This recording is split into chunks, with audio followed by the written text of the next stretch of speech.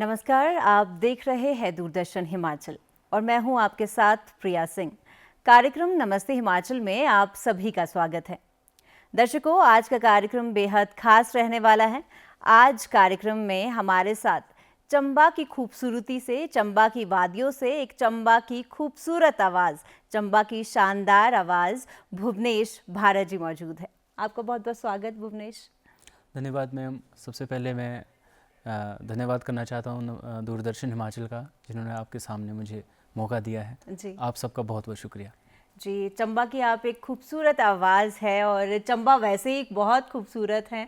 तो चंबा की वादियों से शुरू करते हैं कि चंबा के आप रहने वाले हैं, वहाँ की वादियाँ इतनी खूबसूरत हैं, वहाँ पर लोग जो हैं वो दूर दूर से घूमने आते हैं और हमेशा ही वहाँ से बहुत सारी यादें जो हैं वो बिटोर कर ले जाते हैं। तो आप बताएं कैसा है चंबा? मैम। चंबा अपने आप में एक बहुत ही ऐतिहासिक जगह, आप सब जानते ही हैं। मैं अगर आपकी इजाज़त हो, मैं दो लाइनें गा के मैं चंबा की खूबसूरती से जुड़ी हुई कुछ हाल ही मैंने गाना किया था, तो उस गाने से मैं शुरुआत करूँगा। आप समझ जाएंगे अपने आप चंबा क्या है, अगर आपकी इजाज़त हो जी, तो। ज़रूर ज़रूर सर। मेरे सोगी चल चंबे दियां धारा, हो मेरे सोगी चल चंबे दियां धारा, सा घूमना डलहो जी खजियारा, चंबे दा चौगान बड़ा शोभला, हो चंबे दा चौगान बड़ा शोभला, साएं साएं बगे रावियारी धारा, जय हो राजा शैल बर्मना, जिन्नी राजधानी चंबे बनाई, चंपारे नापुर हो राजे, चंपावती नगरी बसाई, रानी सुइयां दा कदे नहीं भुलना, हो रानी सुइयां नू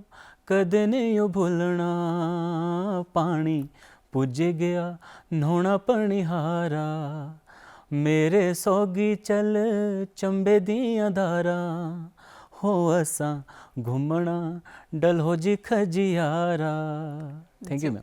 बहुत तो खूबसूरत। डलहौजी हो गया, खजियार हो गया, सुई माता का जिक्र हुआ वहाँ पे। आपने कभी इतिहास सुना होगा चंबा के बारे में कि पानी की कुछ समस्या थी और चंबा की जो रानी थी उनका बलिदान हुआ था, तो उसके बाद ही चंबा में पानी आया था। तो अभी जो बैसाखी मेला आने वाला है, तो सुई माता मंदिर में मेला लगता है वो वहाँ पे।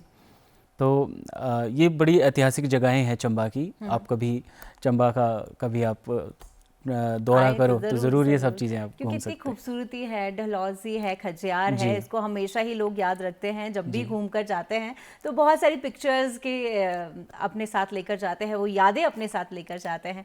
तो इतनी खूबसूरत जगह से आप है और इतनी ही खूबसूरती से आपने ये गाना गाया और इतनी ही खूबसूरती से निभाया। धन्यवाद।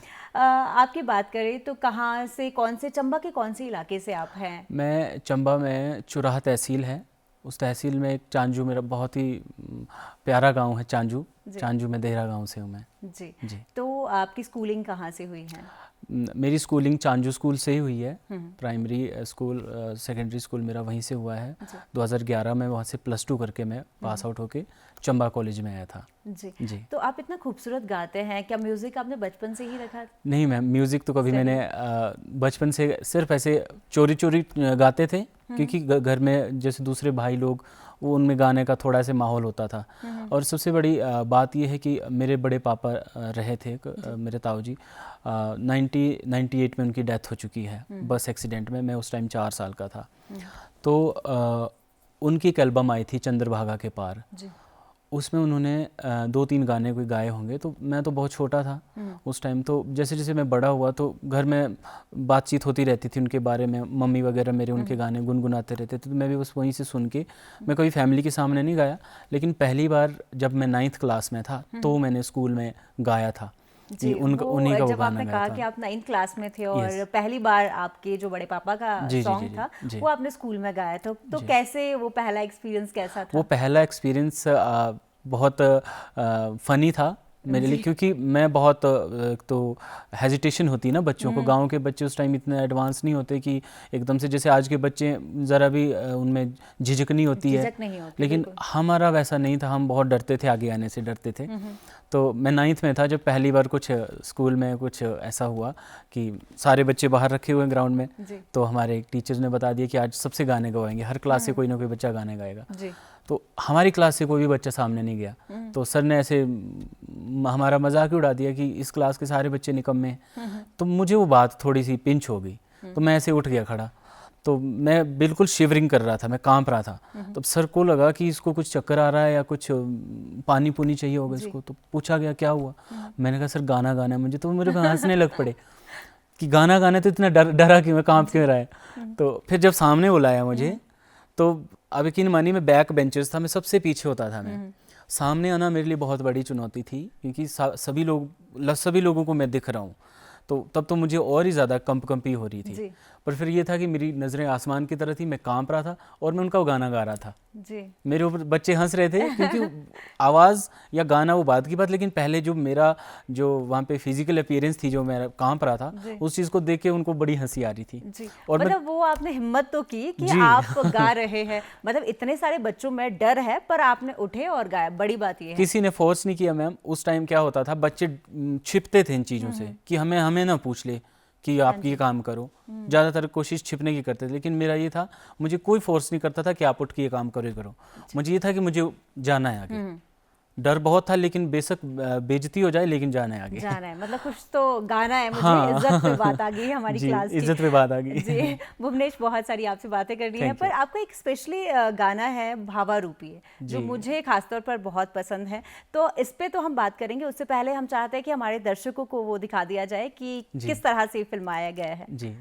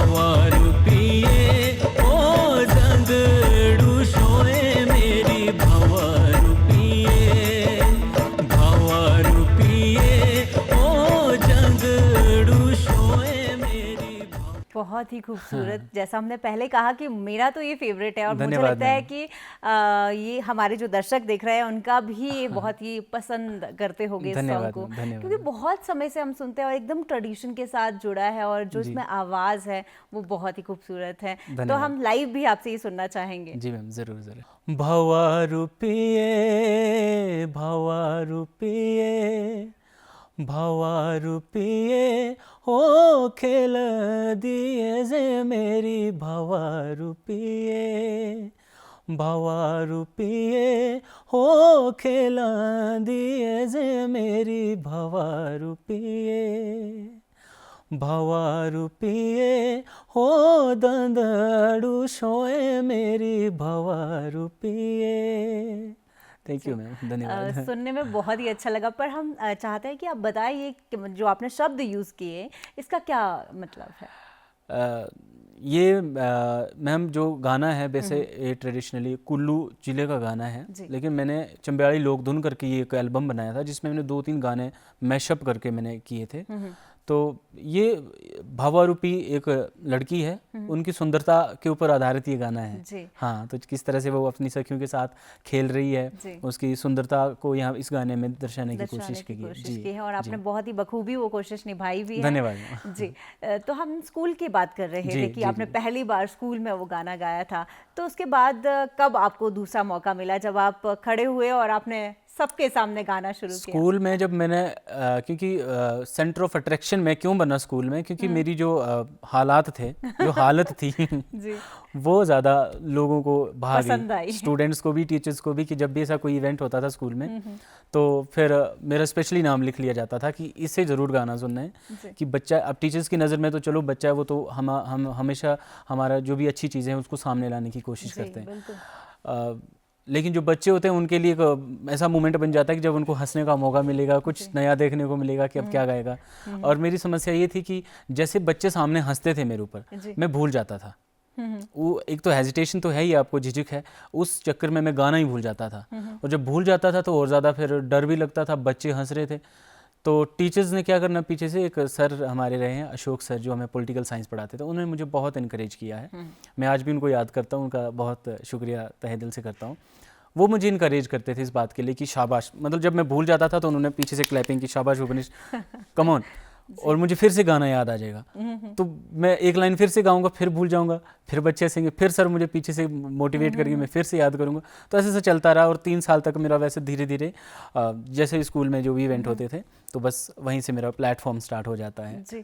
जैसे आपने कहा कि सर जो थे वो आपको थोड़ा सा मोटिवेट करते थे तो आपको गाना याद आ जाता था। हाँ। मतलब कहीं ना कहीं कोई जब हम विश्वास किसी को दिला देते हैं कि कर सकता है, तो कहीं ना कहीं हमें शक्ति आ जाती है, हम खुद पर भी विश्वास करने लगते हैं और फिर आपको वो गाना याद आ जाता था। तो उसके बाद की बात करें, फिर आपने कॉलेज लेवल में आप जब गए तब आपको लगा कि आप चलो म्यूजिक में पढ़ाई कर लेते हैं या कुछ? मैम जब मैं कॉलेज में आया, कॉलेज में भी मैं बाय चांस ही आया हूँ भाई, मेरी चॉइस नहीं थी कि कॉलेज में जाऊँ। मैं अपने टाइम में अपने क्लास का +2 का टॉपर था मैं। लेकिन फैमिली जो कंडीशंस थी, मेरी पारिवारिक हालात कुछ ऐसे थे कि आगे इस तरह की गाइडेंस नहीं थी कि मुझे कॉलेज में भी जाना है। इवन जब +2 में थे हम, तो एक होता है कि टीचर्स आके पूछते हैं कि आगे क्या करने वाले हो, तो मुझे ये भी पता नहीं था कि आगे कुछ करना भी होता होगा। मेरे तो जहन में ये था कि बस ठीक है 10वीं 12वीं होगी, उसके बाद बस कुछ काम धंधा सीख लेंगे और बस वैसे ही लाइफ आगे चलती रहेगी, शादी बड़े हो जाएंगे, शादी कर लेंगे, है ना, ये सब चीज़ें होगी, आगे कोई विजन ही नहीं है ऐसा कुछ। तो मैंने ऐसे तुक्के में बोल दिया जब टीचर्स ने पूछा कि भुवनेश आगे क्या करेगा। तो जैसे दूसरे बता रहे हैं, कोई डॉक्टर बोल रहा है, कोई आर्मी में बोल रहा है, लेकिन किसी को पता, अब हो सकता है कि कईयों को था भी, कईयों की ऐसा, मुझे तो नहीं था। मैंने ऐसे तुक्के से बोला सर मुझे डिफेंस में जाना है, जबकि ऐसा कुछ शौक भी नहीं था और कहीं मोटिवेशन था ही नहीं। मेरे पापा दर्जी का काम करते हैं बेसिकली, बट वो बोल सुन नहीं सकते हैं। हाँ, तो घर से मतलब ऐसी कोई मोटिवेशन नहीं थी। बस जो मैं जिक्र कर रहा था मेरे बड़े पापा का, जो वो टीचर थे, जेबीटी टीचर थे, लेकिन मैं बहुत छोटा था जब वो चल बसे थे। उसके बाद मतलब हमारी फैमिली में ऐसा कोई भी मोटिवेशनल फैक्टर नहीं हुआ जिससे किसी को थोड़ी सी ये प्रेरणा मिली हो कि हमें आगे भी अभी बहुत कुछ करना है। लेकिन जब हालात हमारे ठीक नहीं थे, थोड़ा घर से भी तो मैं काफ़ी परेशान हो गया। 1-1.5 महीना मैंने पापा के पास दर्जी का काम सीखा, लेकिन जब कुछ आउटपुट नहीं निकल रही थी तो मैं समझ गया कि अभी मैं इस काम के लिए नहीं हूँ, मुझे बाहर निकलना है और अपने लाइफ स्टाइल कोई चेंज करना है, तभी शायद मैं रह पाऊँगा। नहीं तो मतलब वो था कि वो वाला जो लाइफ स्टाइल वो भा नहीं रहा था ज़्यादा, है ना।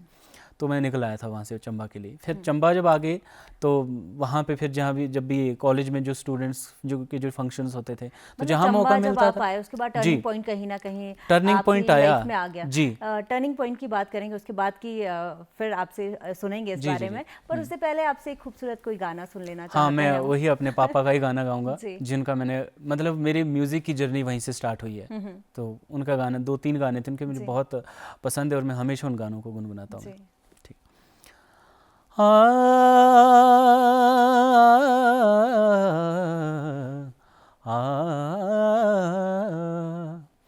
छंदे छड़ी मत जांदा ठेकेदारा हो, तेरे ताईं छड़ी दिंगी भाईचारा हो, हाय छंदे छड़ी मत जांदा ठेकेदारा हो, तेरे ताईं छड़ी दिंगी भाईचारा हो, हाय दिला कने दिल नयो लाना मुझे हो, एक दिन पैंदा पछताना मुझे हो, हाय दिला कने दिल नयो लाना मुझे हो, एक दिन पैंदा पछताना मुझे हो, छुट्टी जिंद गानी हो, छुट्टी लोगों यारी पुरानी हो, हाय छुट्टी जिंद गानी हो, छुट्टी लोगों यारी पुरानी हो। धन्यवाद मैम। ये वो गाना था जिसको गाते गाते मैं उस वक्त ऐसे कांपा हुआ था। ये स्कूल समय की आप बात कर रहे हैं जी। हाँ, और आज उसी गाने को मैं आपके सामने गा रहा हूँ। और ये मैं मतलब अपने माँ बाप का कर्म समझता हूँ, उनका आशीर्वाद समझता हूँ कि वहाँ से यहाँ तक की जो जर्नी है। अभी मैं बात बता रहा था जब मैंने पहली बार ये गाना गाया था 2008 में, आज 2024 में आपके सामने इस गाने को दूरदर्शन के मंच पर गा रहा हूँ। तो इससे मुझे एक लाइन याद आ गई कि जैसा आपने कहा कि उस समय जो थे आप डर रहे थे और आज आप ये गा रहे हैं और बहुत बार आपने स्टेज पर भी ये गाया होगा कि वक्त को जरा वक्त दो, वक्त आने पर वक्त बदल जाएगा। तो वैसा ही आपका भी आज वक्त बदल गया है। धन्यवाद। तो जब आप कॉलेज में थे, उसकी वहाँ हम बात कर रहे थे, तो वहाँ पे कब टर्निंग पॉइंट ऐसा आया जब आपको लगा कि अब मुझे जाकर स्टूडियो जाना है, अपना गाना निकालना है? या अभी तो आप स्कूल से डर रहे थे, तो पहली बार स्टेज कब फेस किया आपने कि आप गा रहे हैं? जी। स्टेज जब मैंने पहली बार में कॉलेज आया तो स्टूडेंट्स का कुछ इवेंट हुआ और मुझे वहाँ पे गाने का मौका मिला। तो वहाँ पे पहली बार मैंने माइक पे और म्यूज़िक ट्रैक पे मैंने गाना गाया कॉलेज में। अब कॉलेज में बच्चे बहुत होते हैं, आपको पता है। वहाँ पे स्टेज पे जाके आप कुछ भी गाओ तो वो तो शाउटिंग करेंगे, सीटियाँ मारेंगे, चाहे आप बेसुरा भी गा रहे हो तब भी वो काफ़ी इनकरेज करते हैं वो लोग। वो हंसते नहीं है एक्चुअली, कॉलेज के बच्चे कभी नहीं ऐसे, बल्कि आपको ज़्यादा प्रोत्साहित करते हैं। तो वहाँ से मुझे बहुत अच्छा एक पॉजिटिव वाइब मिली कि जब मैं स्टेज पे गा रहा हूँ, डर रहा था, कांप तो रहा था मैं, लेकिन थोड़ा मूवमेंट वहाँ पे मूवमेंट करने के लिए वहाँ पे आपको स्पेस मिल जाता है कि मतलब पता ना लगेगा कि आप डर रहे हो। वैसे एक दो बार मैंने वैसे स्टेज फेस की। और एक दिन एक SCA का फंक्शन था जहाँ पे फैकल्टी भी बैठे थे, प्रिंसिपल सर बैठे थे और टीचर्स बैठे थे। वहाँ पे जब मुझे गाने का मौका मिला तो वहाँ पे प्रिंसिपल सर ने मुझे नोट किया और उन्होंने मुझे स्पेशली अपने कैबिन में बुलाया दूसरे दिन। तो उन्होंने मुझसे जब पूछा कि ऐसे म्यूज़िक सीखते हो, मैंने कहा सर नहीं सीखता हूँ मैं तो सब्जेक्ट मेरा पॉलिटिकल साइंस था, हिंदी था, म्यूज़िक सब्जेक्ट था कॉलेज का, लेकिन मुझे इतनी गाइडेंस नहीं थी कि मैं म्यूज़िक रखूँ। हो सकता है कि अगर पता भी मुझे उतना होता उस टाइम तो भी मैं शायद ना रखता, क्योंकि पीछे से कोई मोटिवेशनल फैक्टर नहीं कि मैं म्यूज़िक सीखूँ तो क्यों सीखूँ, या म्यूज़िक मुझे कहाँ तक लेके जाएगा। इतनी ज़्यादा नॉलेज नहीं थी, टोटली लेमैन। तो वहाँ पे जब प्रिंसिपल सर ने फिर मुझे सुना तो उनको लगा कि कुछ बात है बच्चे में, अगर इसको सिखाया जाए तो आगे जा सकता है। तो उन्होंने सागर सर, जो विद्यासागर जो चंबा में सर थे उस म्यूज़िक के, उनसे कांटेक्ट किया कि मैं आपके पास बच्चे को भेज रहा हूँ, आप इसको यूथ फेस्टिवल के लिए ट्रेन करो जी। अब मैंने वहाँ पे जाके सुना यूथ फेस्टिवल का नाम, क्योंकि जैसे इवेंट्स होते हैं। तो सर के पास गया, मैंने सिर्फ वहाँ पे जाते सुना कि सर कैसे कैसे सिखा रहे हैं, फाइनल ईयर के स्टूडेंट्स को सिखा रहे थे। कोई पहली बार आप म्यूजिक के टीचर के पास प्रोफेशनली मैं म्यूजिक के टीचर के पास बैठा हूं। हाँ, और मैं जस्ट देख रहा हूँ कि सर कैसे इनको सिखा रहे हैं, कोई बंदिश करवा रहे थे। तो बारी बारी वो सबसे एक लाइन गवा रहे हैं और मैं ऐसे बैठा हूँ कि ऐसे सिखाया जाता है म्यूजिक, है ना, म्यूजिक भी सिखाया जाता है, वो भी ऐसे कि जैसे मैं लाइन गा रहा हूँ अभी गाओ, है ना। तो बच्चे वैसे से, तो मैं उसको सुन रहा हूँ, मतलब कैसे कैसे गवा रहे हैं सर। और जब उनसे नहीं हो पा रहा, एक्चुअली फाइनल ईयर के स्टूडेंट से नहीं हो पा रहा था उनसे, तो सर ने मेरी तरफ देखा, तू गाएगा? मैंने कहा सर कोशिश करता हूँ। सर ने वही बंदिश दोहराई और मैंने एज इट इज, सर जैसे उन्होंने वो कि मैंने जैसे छाप दी, वो मतलब बिना सीखे बिना सीखे सरप्राइज्ड हो गए सर भी और बच्चे भी दूसरे की, यार फर्स्ट ईयर का बच्चा है जो नॉन म्यूजिकल है और जैसे सर गा रहे हैं, अब मुझे मेरे लिए तो ऐसे ही कि जैसे सर बोल रहे वैसे करूँ। हाँ, मतलब ठीक है, रिपीट करना है, रिपीट बस करना है मेरे लिए, रिपीट करना हुआ वो तो। लेकिन उनके लिए वो रियाज भी करना है, वो हरकत सीखनी, जैसे सर हरकत ले रहे हैं वो हरकत हमें लेनी पड़ेगी। तो वैसा तो सर ने भी वहाँ पे मुझे नोटिस किया कि हाँ बच्चे के अंदर कुछ बात है। फिर सर ने सबको भेज दिया, मुझे अकेले वहाँ पे रखा, फिर मुझसे पूछा कि कुछ और भी गाने गाते हो, तो मैंने वहाँ भी यही गाने गाए, बड़े पापा के गाने गाए। तो वहाँ से मुझे यूथ फेस्टिवल के लिए तो नहीं मौका मिला, लेकिन ये था कि मुझे एक चीज़ पता चल गई कि म्यूज़िक को सिखाया जाता है और ऐसे करके सिखाया जाता है। उसके बाद मैंने खुद ही मोबाइल में अपने तानपुरा डाउनलोड करके रियाज जैसे सर वहाँ पे करा रहे थे बच्चों को, मैं खुद भी ऐसे करने लगा। मुझे पता नहीं था कि रियाज से होगा क्या, मेरा ये था कि ठीक है जो सुना वो गाओ, तभी आप गायक हो। लेकिन रियाज से कहीं ना कहीं स्टेमिना बढ़ता है, गले पे हरकतें आती है, सुर पक्के होते हैं, वो धीरे धीरे फिर आगे लगा। हाँ। और हमें लग रहा है भुवनेश कि हमारे जो दर्शक हैं वो आपके गाने का इंतजार कर रहे हैं कि कब आपका गाना बजे और कब हम देखें। तो हम एक आपके खूबसूरत से गाने की झलक हमारे दर्शकों को। जी।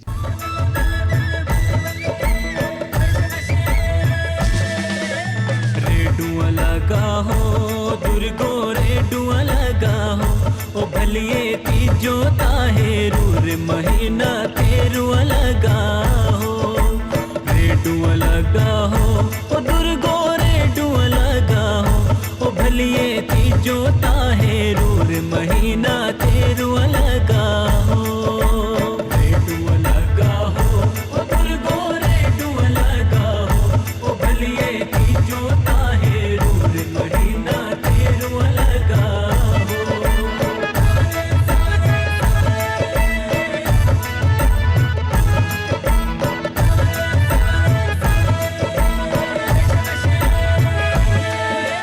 हरमुनि बाजा हो दुर्गो हरमुनि बाजा हो, ओ मुइये कॉल जारे छोरू तीजो मारे आवाजा हो। हरमुनि बाजा हो दुर्गो हरमुनि बाजा हो, ओ भलिए कॉल जारे छोरू तीजो मारे आवाजा हो। रेडुआ लगा हो ओ दुर्गो रेडुआ लगा हो, ओ भलिए तीजो ताहेरूर महीना तेरुआ लगा हो।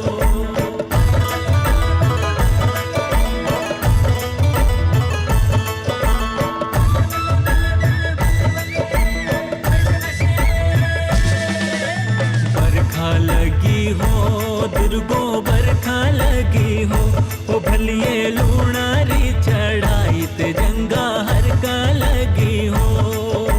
बरखा लगी हो दुर्गो बरखा लगी हो, ओ भलिए लूणारी चढ़ाई ते जंगा हर का लगी हो। दर्शकों, आप देख रहे हैं नमस्ते हिमाचल और हमारे साथ है भुवनेश भारत। जैसे ये देखा कितना खूबसूरत ये गाना था और इतनी ही खूबसूरती से ये फिल्माया गया है। और ये गाने के पीछे की क्या स्टोरी है, आप थोड़ा सा हमें बताएं। ये जो है गाना, ये भी चंबा का एक ट्रेडिशनल सॉन्ग है। और चंबा की जब बात आती है और लोक गीतों की वहाँ की बात आती है तो एकदम दिल को छू लेने वाले होते हैं। बेशक आप नहीं समझ पाते हैं बोली, पर वो कहीं ना कहीं इतने अच्छे होते हैं कि मन करता है कि बार बार सुनते जाए। मैम, मैं इतना समझता हूँ कि जो चंबा का कल्चर है, जो चंबा के जो फोक सॉन्ग हैं, मुझे लगता है कि पूरे हिमाचल में सिर्फ एक चंबा का कल्चर है जो सब जगह समझ आ सकता है। जी। जैसे मान लीजिए कुंजू चंचलो वहाँ का बहुत ही फेमस गाना है। मतलब तब भी कहीं ना कहीं जो होता है शब्द जो ऐसे कुछ जो नहीं समझ आते हैं, पर फिर भी मन करता है कि सुने और सुने और सुनते जाए। संगीत बहुत मधुर है चंबा का। जी, बहुत बहुत मधुर। इस गाने का भी ये है कि जो दुर्गो जो इसमें जो कैरेक्टरिस्टिक्स हैं, तो वो अपने प्रेमी से बिछड़ गई है, तो फिर वो जो प्रेमी है वो उनकी याद में ये गाना गा रहा है कि देखे हुए बहुत टाइम हो गया है ना। तो गाने के जैसे बोल हैं कि तीजो हेरूरे महीना तेरुआ लगा, मतलब कि 13वां महीना चल पड़ा लेकिन आपको अभी तक देखा नहीं है, बहुत लंबे अरसे से आप दिखे नहीं हो, ऐसे करके ये गाना है। जी।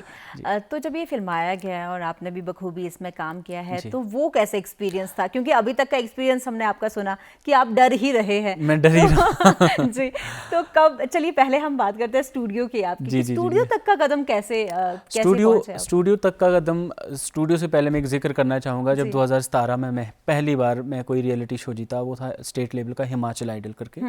HU music film and company Delhi और मुंबई की, उन्होंने एक इवेंट हिमाचल में करवाया, हिमाचल आइडल करके। उस टाइम मैं 2017 में MPhil कर रहा था यूनिवर्सिटी शिमला से। तो जब ये ऑडिशन आए, न्यूज़पेपर में आया, इसके बारे में इश्तिहार आया, तो मैंने ऑनलाइन ऑडिशन दे दिया। वहाँ से हम सिलेक्ट हुए टॉप 50 में। 18,000 समथिंग कैंडिडेट्स थे, उनमें से हम टॉप 50 सिलेक्ट हुए ग्रैंड फिनाले के लिए। फिर वहाँ से फाइनल में जब हम टॉप 11 में मैं सिलेक्ट हुआ, तो उसमें फर्स्ट विनर रहा हूँ मैं हिमाचल आइडल 2017 का, और पहली बार मैंने ज़िंदगी में कोई इवेंट जीता था। तो वहाँ से मुझे एक अपॉर्चुनिटी ये मिली कि उन्होंने मेरे लिए एक गाना ऑफ़र किया फ्री ऑफ कॉस्ट, जो कि दिल्ली में शूट होना था। तो मेरा स्टूडियो का फर्स्ट एक्सपीरियंस दिल्ली में रहा है, और मेरे लिए बहुत बड़ी बात थी, बहुत बड़ी अपॉर्चुनिटी थी, जो कि ना सिर्फ हिमाचल बल्कि हिमाचल से बाहर जाके, दिल्ली में जाके इतने अच्छे म्यूज़िक डायरेक्टर के पास मुझे काम करने का मौका मिल रहा है। और गाना भी हमने बहुत ख़ास किसी सामाजिक मुद्दे पर गाना बनाया था।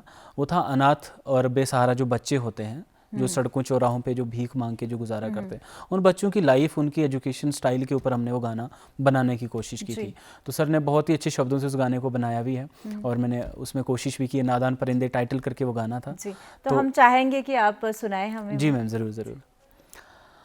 हाँ, कुछ नादान परिंदे ख्वाबों में भी उड़ न पाए, चाह कर भी बात अपने दिल की कह न पाए।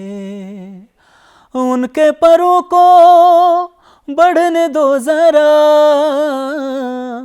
उड़ने इन्हें तुम दो ज़रा, मिलजुल कर हम कुछ ऐसा कर दिखाए, कुछ भी उड़ न पाए।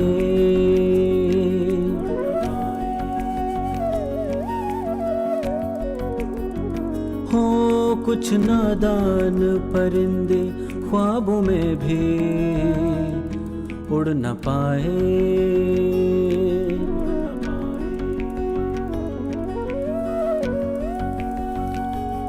चाह कर भी बात अपने दिल की कह न पाए।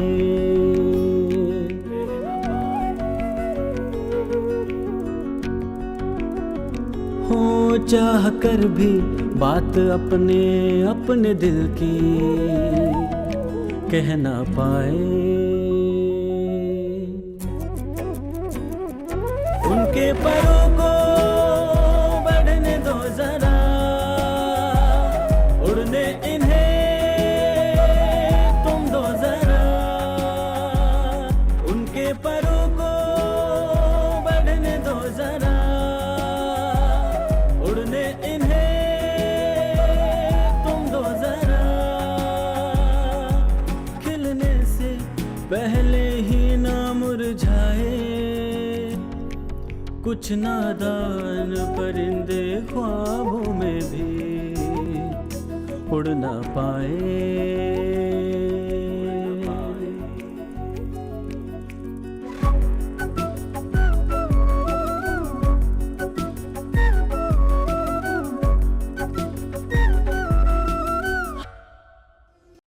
छोटे बच्चे इसमें जो हैं वो इसमें एक्ट कर रहे हैं, तो ये आइडिया कहाँ से आया कि इस तरह का गाना आपको गाना है?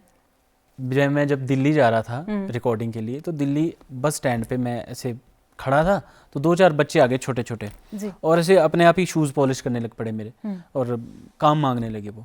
तो उनको देखकर मैं थोड़ा भावुक हो गया मैम, क्योंकि मैंने उनको पैसे भी दिए, लेकिन मैंने उनको खाने के लिए भी ऑफ़र किया कि खाना खुना खाया है कुछ। मतलब मुझे ये हैरानी हुई कि इतने छोटे छोटे बच्चे, हालांकि वो भीख नहीं मांग रहे हैं, लेकिन वो काम मांग रहे हैं। मैं उस चीज़ से काफ़ी सरप्राइज्ड हुआ, हैरान हुआ कि जबकि मैंने देखा कि हिमाचल में कई जगह हम देखते हैं छोटे छोटे बच्चे पैसे मांगने आ जाते हैं, उनका पता नहीं आगे पीछे कौन है कौन नहीं है। तो उनको देख के कई बार मेरे मन में ऐसे विचार आते कि इनके लिए क्या किया जा सकता है, और कौन सी संस्था है जो इन बच्चों को अडॉप्ट कर सकती है। तो ऐसे माइंड में बातें चलती रहती थी।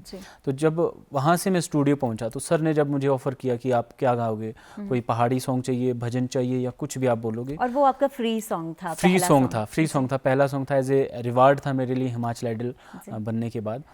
तो मैंने उनको एक ये थॉट बताया अपने, मैंने कहा सर मैं कुछ ऐसा चाहता हूँ कि मेरी ज़िंदगी का पहला गाना है और वो गाना ऐसा होना चाहिए चाहे उसको लोग देखें ना देखें, लेकिन जो भी देखेगा ना उसके जहन में कोई थॉट आना चाहिए कि बात इसमें कुछ रियलिटी की कही गई है और हमें कुछ ना कुछ करना चाहिए जी।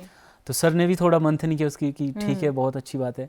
तो डॉक्टर विनोद गंधर्व जी उन्होंने गाना बनाया है और मुझे बहुत पसंद है ये गाना। और जब मैंने पहली बार इस गाने को सुना, जब रिकॉर्ड होके आया वीडियो बन के, तो मैं रो पड़ा था इस गाने को सुन के, मतलब बहुत ही इमोशनल है और बहुत ही थॉटफुल ये गाना आपने लिया। और आपकी पहला ये गाना हम कह सकते हैं स्टूडियो में जाकर जो आपने गाया था, तो बहुत ही अच्छे विचार आपके हैं कि इस तरह का आप गाना अपना देना चाहते थे कि हमेशा ही आप भी याद रखें और जो देखे उसके दिमाग में भी कुछ ना कुछ थॉट इसको लेकर आए। अब हम बात कर रहे हैं आपके परिवार की, तो आपके परिवार में जैसा आपने कहा आपके पिताजी हैं, आपकी माताजी हैं, तो उनको कब ये पता लगा कि हमारा जो बेटा है वो स्कूल में डर डर के गाता है पर एक्चुअल में वो बहुत ही अच्छा गाने वाला लड़का हो गया है हमारा? परिवार के सामने तो आज भी मैं कभी गा नहीं पाता हूँ क्योंकि मैं शर्माता हूँ उनके सामने काफ़ी। और जब मैं कॉलेज आ गया था तो कॉलेज में तो आपको पता है फिर इंडिपेंडेंट होते हैं हम, कहीं भी कुछ भी करो काम, उतना पता नहीं होता, घर वालों को उतना पता नहीं चल पाता। तो हालांकि म्यूज़िक अब अच्छी चीज़ है, बात अच्छी थी, लेकिन फिर भी मैं चीज़ें मम्मी को शेयर नहीं कर पाता था कि मुझे यहाँ जाना, क्योंकि चंबा में तो प्लेटफॉर्म नहीं था उतना, चंबा से मुझे बाहर आना पड़ा। और आप यकीन नहीं करेंगे मैं शिमला तक भी आया लेकिन मैं कभी घर वालों को बताया नहीं कि मैं शिमला गया हुआ हूँ ऑडिशन देने, कभी कुल्लू, कभी कांगड़ा, कभी शिमला, दोस्तों से पैसे मांग के किराया करके वैसे से करके, मतलब मुझे ऐसा करना पड़ा। 3-4 साल तक मैंने कभी मम्मी को बताया नहीं कि मैं बाहर भी जाता हूँ कहीं ऑडिशन देने। उनको टेंशन हो जाती है क्योंकि मैं एक ही लड़का हूँ उनका, हालांकि वो मना नहीं करेंगे, लेकिन जब तक फिर मैं वापस नहीं आ जाऊँगा तब तक वो बहुत टेंशन में रहेंगे। तो मेरे लिए सबसे बड़ी चुनौती ये थी कि मुझे तो जाना भी है, सेफ्टी के साथ वापस आना भी है, काम भी करना है और मम्मी को भी चिंता ना हो जी, क्योंकि माता पिता की फिक्र जो है वो हमेशा ही लगी रहती है और वो हमारे अच्छे के लिए ही होती है। जी। तो पहली बार जब मैंने 2013 में ऑडिशन दिया और मेरी जब सिलेक्शन हुई शिमला के लिए चंबा से, तो तब मैंने जाके मम्मी को सरप्राइज दिया। मतलब वो हॉस्पिटल में थे तो मुझे वो मिला, टैग जैसा मिला कि सिलेक्टेड फॉर सेकंड राउंड। तो जब मैंने मम्मी को वो दिखाया, अब उनको पता नहीं कि क्या दिखा रहे क्या है, मैंने कहा ऐसे मैंने ऑडिशन दिया था और मेरी सिलेक्शन हुई है शिमला के लिए। अब चंबा से बाहर एक कदम नहीं रखा हमने, लेकिन अपने आप में बहुत बड़ी बात कि जी शिमला जाना है ना। अब चंबा कभी मेरा चंबा आना एक सपना हुआ करता था। मतलब गांव काफी दूर आपका चंबा से है। गांव हमारा सड़कें, ट्रांसपोर्टेशन, नेटवर्किंग बहुत बाद में आई हमारे गांव में, लेकिन उससे पहले चंबा अपने आप में हमारे लिए शिमला था वो चंबा, है ना, कि चंबा जाना एक बार ज़रूर लाइफ में। तो जो गाना जैसे आजकल जो मायनी मेरी चंबा कितनी की दूर, तो बाहर के लोग, लेकिन मेरे लिए वो वहाँ से था कि गांव से चंबा पता नहीं कितना दूर होगा और कब जाना होगा, मेरा ज़िंदगी में एक बार ज़रूर जाऊँगा। तो हमारे लिए बहुत बड़ी बात थी मैम कि चलो वहाँ से बाहर मुझे गाने का मौका मिला। तो बस वहीं से फिर धीरे धीरे मैंने मम्मी को बताना स्टार्ट किया कि मैं यहाँ भी ऑडिशन देने जा रहा हूँ, वहाँ भी जा रहा हूँ, ऐसे करके मैंने उनको बताना स्टार्ट किया। चलिए फाइनली आपका जो डर है वो बस थोड़ा बहुत खत्म होने लगा। जी, तो आपका एक खूबसूरत सा और गाना हम हमारे दर्शकों को सुना लेते हैं। हाय मेरी जान लगी ओ ऐसी नाटी, हाय राजुआ मेरी जान लगी ओ, मेरी जान लगी ओ ऐसी नाटी, हाय राजुआ मेरी जान लगी ओ, मेरी जान लगी ओ दिलेदारा, हाय राजुआ मेरी जान लगी ओ।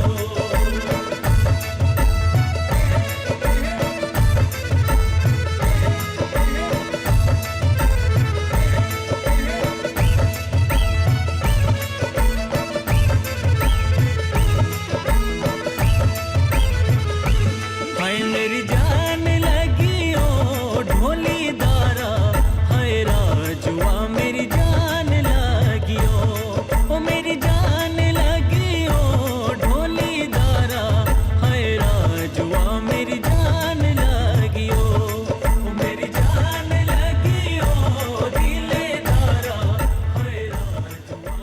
आप देख रहे हैं नमस्ते हिमाचल और हमारे साथ है भुवनेश भारत।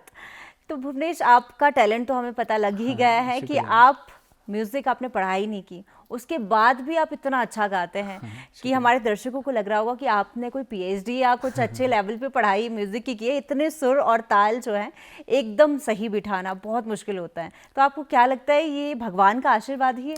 मैम एक चीज़ मैं यहाँ पे मेंशन करना चाहूँगा, जो हमारे बड़े उस्ताद लोग भी कहते हैं कि गाने से पहले सुनना सीखना चाहिए हमें। मैं ये कहूँगा कि जब मैं गाता नहीं था उस वक्त मैं सुनता बहुत था, नए नए, क्योंकि इंटरटेनमेंट का साधन जो था हमारा, मनोरंजन का साधन उस टाइम पे छोटी छोटी जो कैसेट्स होती थी, टेप्स होती थी, है ना, वहाँ पे हम सुनते तो हमारे लिए एक नया अनुभव था कि इसमें गाने कैसे बजते हैं। फिर उनको जितना हम लगन के साथ हम सुनते थे उन चीज़ों को, है ना, मज़ा आता था उन सब चीज़ों को सुन के।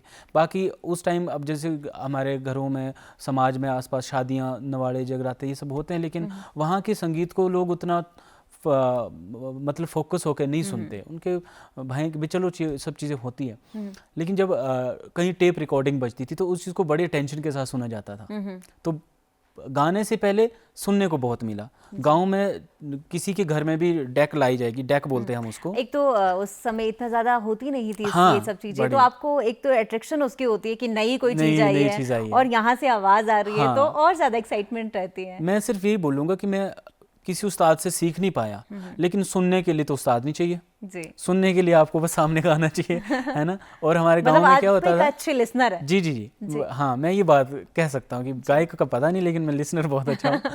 तो गांव में क्या होता था कि देखा देखी में लोगों ने अपने अपने घरों में वो सारी चीज़ें प्रोवाइड की, स्पीकर फिर अपने जो घरों के सामने से लगा के रखने और फुल साउंड के साथ, ताकि एक गांव से दूसरे गांव तक साउंड जाए कि जी हमारे घर में भी ये चीज़ है।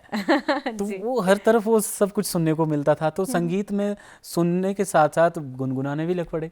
तो बस वहीं से मतलब ये चीज़ है कि सुना बहुत है, बहुत। हाँ, बस और उसी ने आपको सिखा भी दिया। उसी ने सिखा भी दिया जी।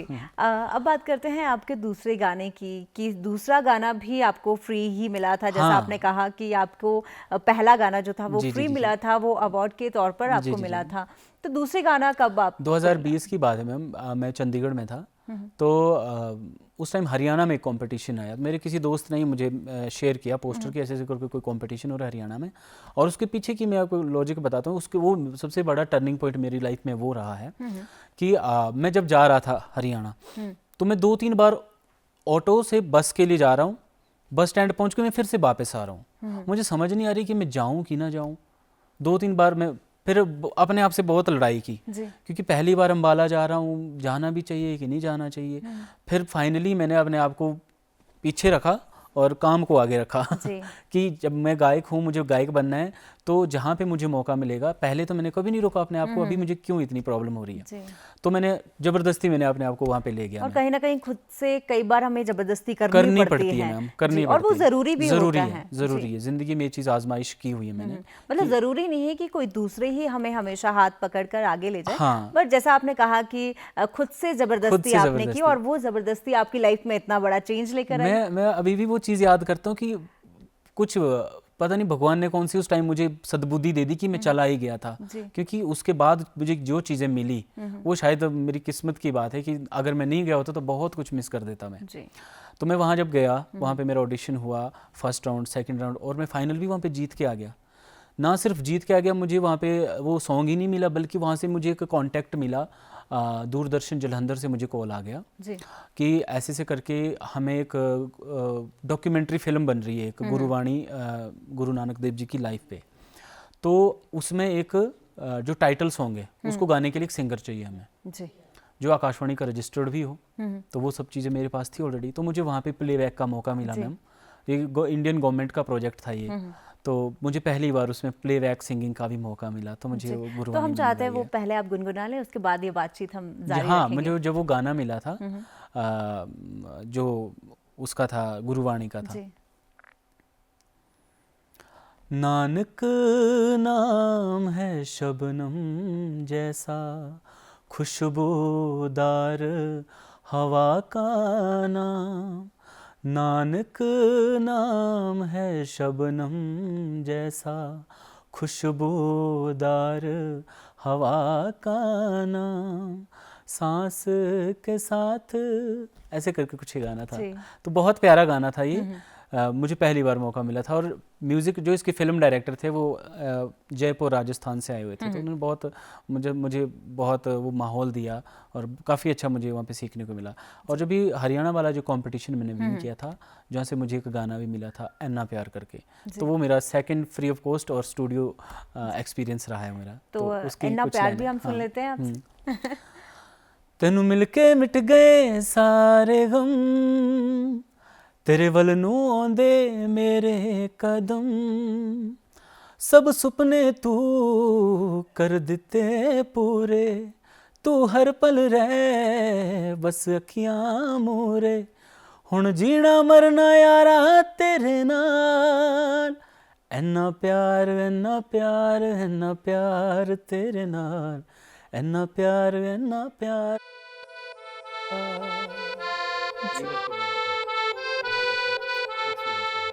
जी तेन मिलके मिट गए सारे गम, तेरे वल नू आंदे मेरे कदम, तेन मिलके मिट गए सारे गम, तेरे वल नू आंदे मेरे कदम, सब सुपने तू कर दिते पूरे, तू हर पल रह वे अखियां मोरे, हुण जीना मरना यारा तेरे नाल, ऐना प्यार ऐना प्यार ऐना प्यार तेरे नाल, ऐना प्यार ऐना प्यार ऐना प्यार, ऐना प्यार ऐना प्यार ऐना प्यार तेरे नाल, ऐना प्यार ऐना प्यार ऐना प्यार।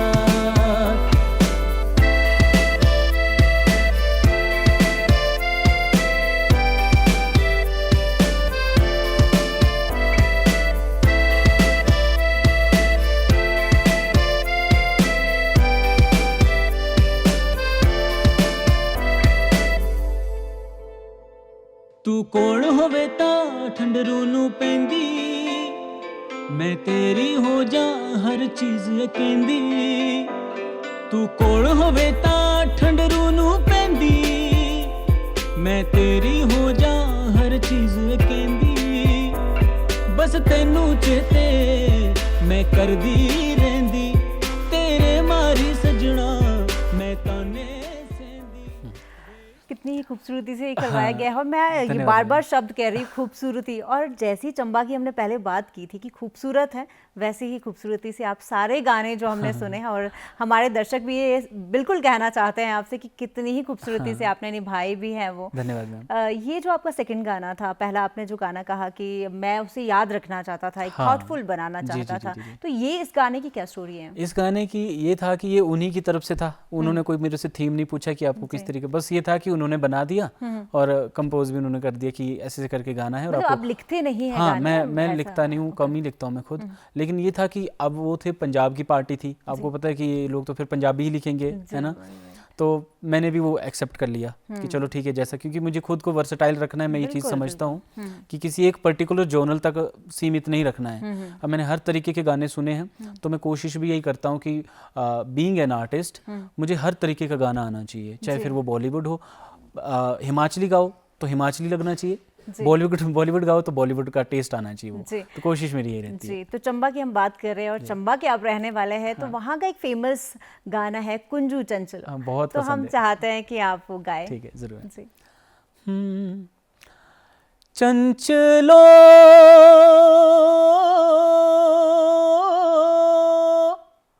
कुंजुआ,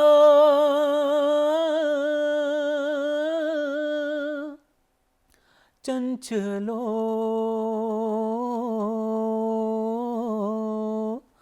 कुंजुआ, कपड़े धुआं छम छम रोआ कुंजुआ, कपड़े धुआं छम छम रोआ कुंजुआ, बिच बटन नसानी हो, हाय मेरी जिंदे बिच बटन नसानी हो,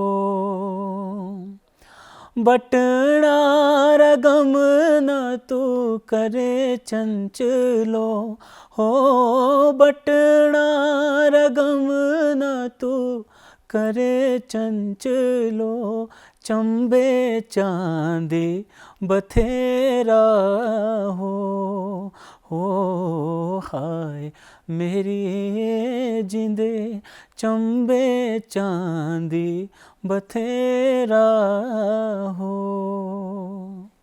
बहुत शुक्रिया मैम। सुंदर, बहुत खूबसूरत। और कुछ गाने ऐसे होते हैं जो हमें मतलब हमेशा याद रहते हैं, एवरग्रीन वो होते हैं, और हमें लगता है हमारे जो भी दर्शक देख रहे हैं उनका सबका ये फेवरेट गाना होगा। जी वो मैम, चंबा हाँ। से है, कहीं बाहर से है, हिमाचल के किसी भी कोने से है, जी, जी, पर जी। सबको ये गाना पसंद भी बहुत होगा पसंद है। और इसके बोल भी साथ में वो जी गुनगुना जी रहे जी, होंगे। बिल्कुल बिल्कुल। जी, तो जैसा ये चंबा की हम बात कर रहे हैं, इतना खूबसूरत आप गाना गाते हैं चंबा के, मोस्टली आप कह रहे हैं कि वर्सेटाइल होना चाहिए जी एक आर्टिस्ट को, जी। तो आने वाले समय में क्या कुछ आने वाला है आपका? अभी है मैम मेरा एक दूसरा प्रोजेक्ट है पहाड़ी। मैंने क्योंकि खासकर मैं काम आजकल मैं हिमाचली पे ज़्यादा कर रहा हूँ, क्योंकि मुझे एक चीज़ महसूस होती है कि मैंने ये चीज़ हमेशा कहीं ना कहीं रियलाइज़ भी की कि हम बॉलीवुड गाएं, पंजाबी गाएं, लेकिन हमारी जो हिमाचल की जो ऑडियंस है उनको अपना कल्चर बहुत पसंद है एक्चुअली। बिल्कुल। वो बहुत ही अटैच्ड है अपने कल्चर के साथ। जितना हम अपने कल्चर पे काम करेंगे उतना हमें पब्लिक रिस्पॉन्स भी अच्छा मिलेगा, जी। हमारा अपना इवन चैनल भी ग्रो करेगा, और कल्चर के लिए कौन नहीं काम करना चाहता बिल्कुल। है ना। तो वो सोच के मैंने ज़्यादातर मैं फोकस अभी अपने हिमाचली कल्चर पे हूँ, और अभी मेरा नेक्स्ट मंथ तक एक और प्रोजेक्ट आने वाला है जो पांगी, चंबा की एक तहसील है पांगी, पांगी के कल्चर के ऊपर आधारित है वो गाना, तो जी। नेक्स्ट मंथ तक आ जाएगा वो भी। जी, जी। तो भुवनेश, बहुत सारे बच्चे आपको देख रहे हैं, बहुत सारे ऐसे आर्टिस्ट आपको देख रहे हैं जो इस फील्ड में आना चाहते हैं, पर कहीं ना कहीं उनके अंदर भी वैसा ही डर है जैसा आप डर की बात कर रहे थे कि स्कूल में डरना, उसके बाद कॉलेज में आकर, पर वो जो हिम्मत है जो आपने दिखाई है कि अब तो बस गाना है, जी। आगे जाना है, कोई बात नहीं, डरे डरे तो कोई बात नहीं, जी, बस जी। करना है। जी। तो आप उनको क्या मैसेज देना चाहते हैं? बस एक बात कहना चाहूँगा मैम कि अलग अलग दौर में जो आर्टिस्ट हुए हैं उन्होंने अपने अपने तरीके का एक इन्वायरमेंट, एक चैलेंजेस फेस की हुई है। अब अपने हम बड़े लोगों को जब सुनते हैं कि उनके ज़माने में क्या क्या उनको दिक्कतें आती थी, कि वो लोग कैसेटें अपनी घर घर जाकर बेचते थे। उनके दौर में वैसा मोबिलाइजेशन नहीं थी, नेटवर्किंग नहीं थी। आज के दौर में जो आज के जो यूथ हैं उनके पास तो सब कुछ है, सोशल मीडिया है, और मैं नहीं समझता कि आज के जो बच्चे जो पैदा हो रहे हैं उनमें कोई डर है, जी। क्योंकि अब तो ये माना जाता है कि बच्चे पैदा भी अब रियाज करते करते हो रहे हैं जी। लेकिन अब हमारे हालात कुछ और थे, हमारे पीछे कोई ऐसा मोटिवेशनल फैक्टर नहीं था, जी। कोई ऐसी अवेयरनेस नहीं थी उस वक्त। तो अभी यूट्यूब तो कहाँ ही था, जी। है ना, 2007, 8, 6 की बात कर रहे हैं, तो बहुत कम थी ये सब चीज़ें। लेकिन आज के दौर में जो बच्चे, मैं समझता हूँ कि सिर्फ ये है कि कुछ अपनी सोशियो इकोनॉमिक बैकग्राउंड की वजह से या उन प्रॉब्लम्स की वजह से वो खुद को पीछे रखेंगे, अदरवाइज जो अपने आप के साथ लड़ाई है वो तो आज के बच्चों में नहीं है, कि बिल्कुल, है ना। बस एक चीज़ कहना चाहूँगा मैं कि एक बहुत अच्छी कोटेशन भी है कि मंजिल मिल ही जाएगी भटकते हुए सही, गुमराह वो लोग हैं जो घर से निकले नहीं। बिल्कुल। बस एक चीज़ है कि अगर विज़न है हमारा कि इस फील्ड में जाना है, जी। तो जब तक कहीं से निकलेंगे नहीं कहीं पे पहुँचेंगे नहीं। जी। अपने आप हमारे पास कोई चीज़ बिल्कुल, नहीं बहुत आएगी। अच्छी बात आपने कही है। और जी। जैसा आप कहना चाह रहे हैं कि विश्वास करना खुद विश्वास पे करना। सबसे ज़रूरी है, समय पहले का हो या अब का। अब का हो। भुवनेश, बहुत ही अच्छी जानकारी आपने दी, बहुत ही अच्छे गाने आपने गाए, बहुत ही अच्छे हमारे आज के कार्यक्रम को बहुत 4 चांद आपने लगा दिए। शुक्रिया मैम, आपका कार्यक्रम में आने के लिए बहुत बहुत शुक्रिया मैम, धन्यवाद। शुक्रिया। तो जाते जाते हम आपसे एक खूबसूरत सा गाना सुनना चाहते हैं, चंबा कितनी एक दूर। जी मैम, जी, ज़रूर ज़रूर। तो इसी के साथ ये कार्यक्रम यहीं समाप्त होता है। आपको छोड़ जाता है एक खूबसूरत गाने के साथ।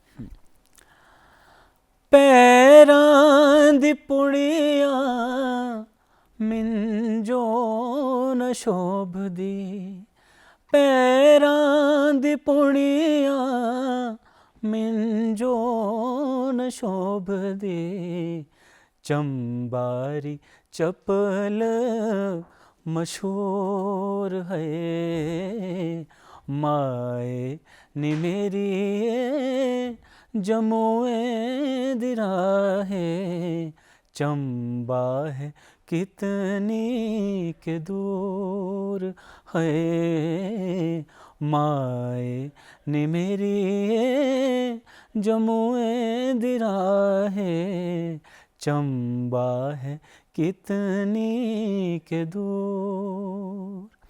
उड़ी जाओ कागा मेरा ले जा सनेहा, उड़ी जा ओ कागा मेरा ले जा सनेहा, सजना जो मिलना जरूर।